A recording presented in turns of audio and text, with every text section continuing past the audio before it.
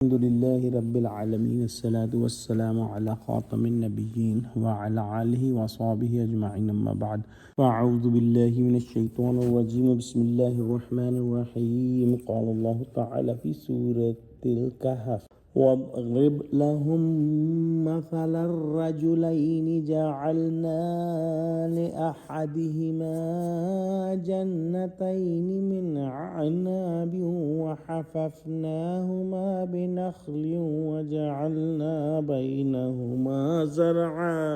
ترجمہ: اور ان سے دو شخصوں کا حال بیان کرو جن میں سے ایک کو ہم نے انگور کے دو باغ عنایت کیے تھے جس کے گردا گرد کھجوروں کے درخت لگا دیے تھے اور ان کے درمیان کھیتی پیدا کر دی تھی۔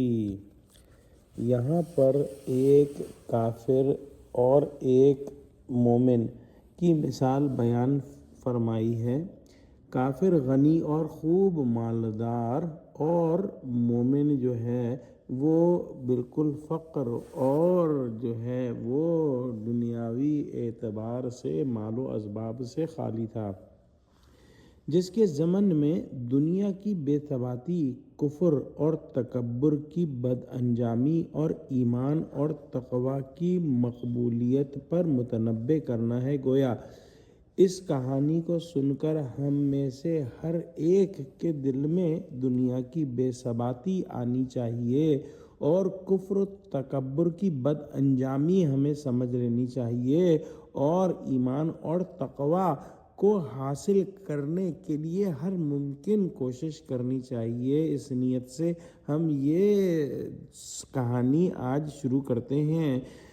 یہ دو شخص جن کی مثال بیان ہوئی واقعی موجود تھے یا محض تفہیم کے لیے مثال فرض کر لی گئی؟ علماء کے اس میں دونوں قول ہیں۔ تمثیل کا فائدہ بہرحال حاصل ہے۔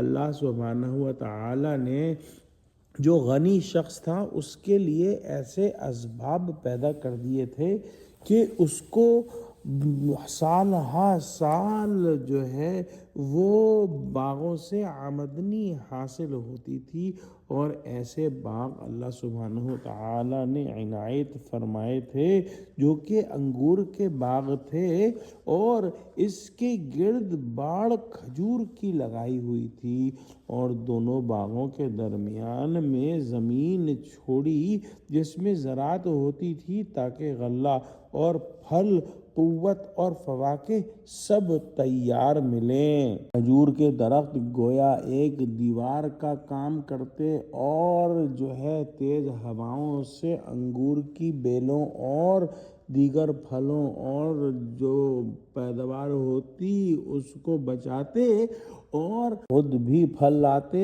گویا حفاظت کی حفاظت اور پیداوار کی پیداوار۔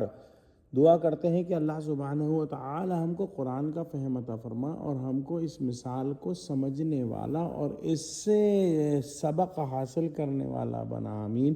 وآخر دعوانا ان الحمد للہ رب العالمین، والسلام علیکم ورحمۃ اللہ وبرکاتہ۔